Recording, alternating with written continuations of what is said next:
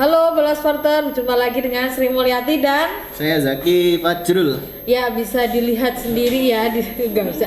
Jadi aku bacain live kali ini kita akan membahas drawing 16 besar Liga Champion seperti yang bisa dibaca nih ya. Ada beberapa pertemuan menarik. Dari yang pertama tuh siapa tuh? Leipzig melawan Manchester City ya Zaki ya. Nah, nanti kita bakal ngobrol-ngobrolin itu semua. Mungkin Bola Supporter juga masih ada sesuatu yang ingin dibicarakan soal drawing Liga Champions kemarin. Jadi mungkin bisa di kolom komentar mau berdiskusi soal apa gitu ya. Nah, gimana nih Zaki? Ada yang menarik apa nih? Selain mungkin big match-nya bisa kita bahas agak nanti saja. Oke. Yang menarik ini kayaknya ini Mbak Mulya. Iya. Klub Brugge sama Benfica. Ini dua tim kuda hitam sih bisa dibilang ya, karena klub Brugge kan sebelum kalah ngelawan mana tuh?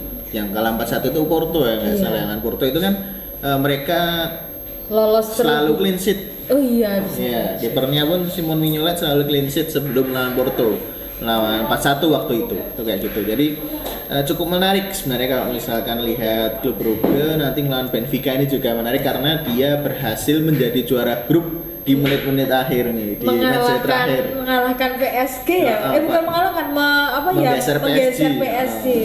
Keren ya, banget. Menang 6-1 gara-garanya waktu itu. Sampai kan hitung-hitungannya kan rumit tuh. Hitungannya rumit karena mereka berdua imbang, poinnya sama. Akhirnya dihitung berdasarkan game tandang paling banyak. Iya, gol tandang paling banyak gara-gara menang 6-1 lawan Maccabi Haifa ya waktu itu. Nah, itu menarik nih, kayaknya Benfica sama klub Brugge. Apakah Benfica bakal melaju sampai ke perempat final lagi nih? Itu kan juga menarik. Nah, selain ada yang kuda hitam nih, di mana tuh? Di komen tuh udah ada ya, itu ada teman bola sport kita katanya mereka dukung Inter Milan. Inter Milan ketemunya FC Porto. Nah, ini mungkin kalau dari di atas kertas ini mungkin kalau dari sejarahnya jelas sebenarnya sama kuat juga ya, karena Inter juga beberapa tahun terakhir ini kurang kuat di Liga di kompetisi Eropanya. Sedangkan Porto juga walaupun konsisten tapi tetap aja belum menghadirkan kejutan gitu ya, malah Benfica yang beberapa tahun terakhir selalu menghadirkan kejutan gitu. Apalagi Inter saat ini kan juga sedang mengalami penurunan performa mungkin bisa dibilang ya. Terakhir kemarin kan kalah sama Juve itu 2-0. Ya kan di klasemen Liga Italia aja nggak masuk 5 besar. Padahal Juventus juga waktu itu lagi kurang, juga lagi kurang bagus-bagusnya juga. Tapi Inter Milan juga belum konsisten ya, walaupun bisa menyingkirkan Barcelona waktu itu. Iya, benar banget. Jadi ini juga cukup menarik sih Inter sama Porto ya, karena bisa jadi Porto bisa kesempatan untuk membuat sejarah. Nah itu karena kan kadang Porto bagus di babak grup, masuk 16 besar, soalnya gitu. Masuk ke babak 16 besar kadang ketemunya sama tim-tim yang emang udah kuat dan juga sering melaju lebih jauh di Liga Championnya itu. Gitu. Inter sama Porto. Menarik.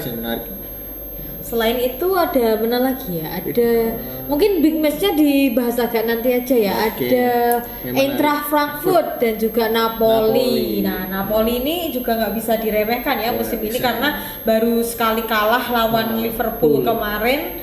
Di berbagai kompetisi itu ya? Iya, di berbagai kompetisi. Jadi terus kayak berhasil menjadi juara grup juga. Benar, dan di Liga Italia belum sekalipun mengalami kekalahan loh, baru dari 13 pertandingan mereka cuma seri 2 kali, jadi 11 lainnya itu menang terus. Itu bahkan waktu awal-awal di match day pertama di grup sama Liverpool grup A itu mereka bisa menang 4-1 ya, itu keren ya. Apalagi saya suka sama pemain Napoli yang baru dari Georgia itu loh. Vika Kvaratskhelia ya itu. Seperti julukannya kan Kvaradona. Iya, karena dari Napoli ya akhirnya kayak dia dapat wahyu dari wahyu dari Maradonanya. Nah, ini ada kawan bola sport lagi. Nah, dia pendukung Real Madrid nih. Real Madrid enaknya dibahas sekarang atau nanti aja nih, karena ini kayaknya tontonan yang menarik ya. Jadi agak nanti aja ya. Agak nanti. Kan abis Frankfurt sama Napoli, mungkin bahas Chelsea sama Dortmund ini. Dortmund habis kehilangan Erling Haaland tuh juga masih itu ya, tetap apa bisa namanya? dibilang tetap konsisten ya kalau untuk di Bundesliga ya. Iya. Apalagi sekarang udah ada gantinya kan yang baru gacor-gacornya itu Yusufa Moukoko yang katanya lagi diincer banyak klub itu. Nah, memang Dortmund ini kan penghasil talenta-talenta muda. Jude Bellingham juga masih on fire di sana ya. Jadi kayak ya ngelawan Chelsea yang sedang kondisinya antara ya kadang naik kadang turun ini juga cukup lumayan menarik ini, apalagi Chelsea di bawah Graham Potter yang belum pernah belum punya pengalaman ya di kompetisi Eropa. Iya. Itu sih yang kayak apa masalahnya di Chelsea tuh si Potter nih bisa nggak membuat Chelsea sebelum laga melawan Dortmund ini menjadi lebih konsisten gitu, karena sampai sekarang pun juga Potter nih masih angin-anginan gitu. Kayak kemarin aja kalah 2 laga beruntun tuh kan langsung mendapat kritik kan ya gitu kan, katanya Chelsea-nya Potter ini belum padu, nggak ada semangat juang, nggak kayak pas zamannya Thomas Tuchel gitu. Nah, gitu. Apalagi ini kan tapi kadang gini, Chelsea kalau nggak diunggulkan itu kok tiba-tiba misalkan kayak musim kapan ya, 2020-2021 ya, tiba-tiba juara di bukan Tuchel itu,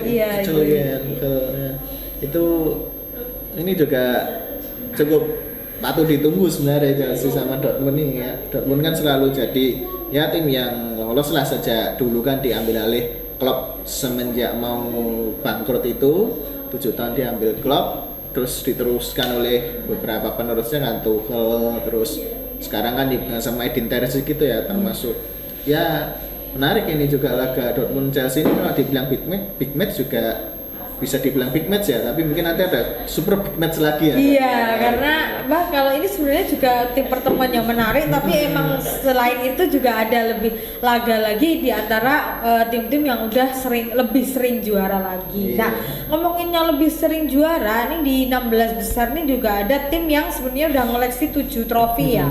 Tapi kayak apa ya, beberapa tahun terakhir ini kayak rada meredup gitu. Baru mau mulai bangkit bisa baru gitu mulai bangkit, tapi ketemunya justru sama tim yang dilatih oleh bisa dibilang pria yang menjadi kryptonite itu. Milan ketemunya sama Spurs. Nah, Spursnya ini ada statistik menarik dari Antonio Conte ini. Nah, Conte ini ternyata kalau paling sering menang kalau ketemu AC Milan.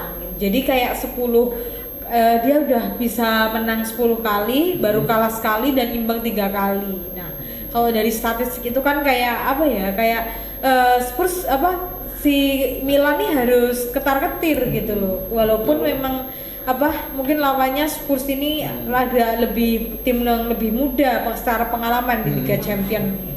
Iya. Tapi juga perlu diwaspadai juga ya. Spurs pun juga setelah absen beberapa musim dari Liga Champions, ini juga akhirnya masuk juga di Liga Champions berkat Antonio Conte. Dan di Liga Inggris pun juga memang walaupun dalam beberapa laga terakhir lagi oleng ya, tapi mereka tetap masuk papan atas untuk saat ini. AC Milan pun juga sedang ya proses bangkit juga kan. Musim lalu kan baru masuk setelah absen berapa tahun ya, 7 tahunan itu kan, kemarin masuk walaupun nggak lolos dari grup, sekarang masuk lolos ke babak 16 besar. Berarti kan kayak ada semacam progres ini dari AC Milan maupun Spurs. Jadi kayak 2 tim yang sedang berkembang lagi saling ketemu. Yang cari identitas gitu, nanti bentrok gitu ya. Benar.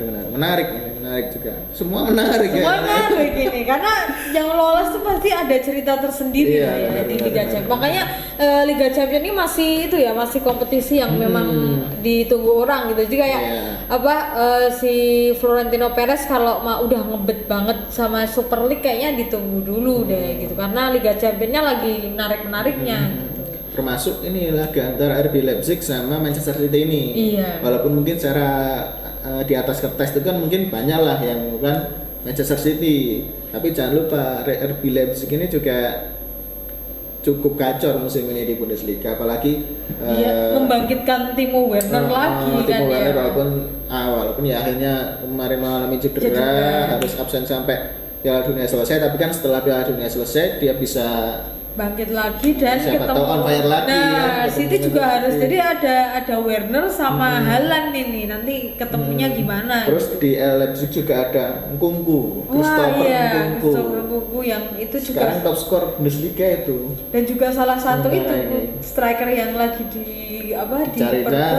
diberebutin banyak orang, katanya malah bisa jadi itu penerusnya Mbappe. tapi katanya kemarin udah permanen deal ke Chelsea kalau nggak salah. Nkunku. Berarti ya Chelsea itu ya udah soalnya biar Potternya juga nggak yang timnya seperti sekarang. Kayaknya. Seru ini juga seru. Berarti kita menuju big match ya ini. Super big match mungkin. Ya. Super big match. Dua super big match. Menarik ini. PSG dan Bayern Munchen. PSG versus Bayern Munchen. Ini adalah final. Ini berarti super big match-nya ini ulangan final semua ya? Iya benar. Yang satu final musim berapa sih? PSG Bayern Munchen ya? Iya, 2019 2020. Iya, waktu Bayern Munchen menang 8-2 dari Barcelona ya, dan Messi ada di situ ya. Di Barca. Nah, iya, waktu itu masih di Barcelona. Nah, sekarang kayak dia menemukan mimpi buruknya lagi gitu ya. Ketemu lagi sama Bayern Munchen. Ya, ini kan kemarin Bayern Munchen baru aja menyingkirkan Barcelona di fase grup. Nah, nanti kan kayak Messi mungkin sakit hatinya double karena habis 16 besar langsung kesingkir lagi di Bayern Munchen gitu. Disingkirkan Bayern Munchen lagi. Walaupun sebenarnya secara tim, secara konsistensi itu PSG itu lebih unggul ya daripada Bayern Munchen. Kalau secara komposisi tim mungkin setelah Lewandowski pergi kayaknya bisa dibilang jelas PSG lebih jauh ya, mungkin ada Neymar, Messi, Mbappe, terus kemarin juga belanja lumayan banyak, ada Vitinha, terus Carlos Soler dan kawan-kawan kan juga kayaknya secara kedalaman squad mungkin bisa dibilang PSG jelas lebih unggul ya kalau di atas kertas.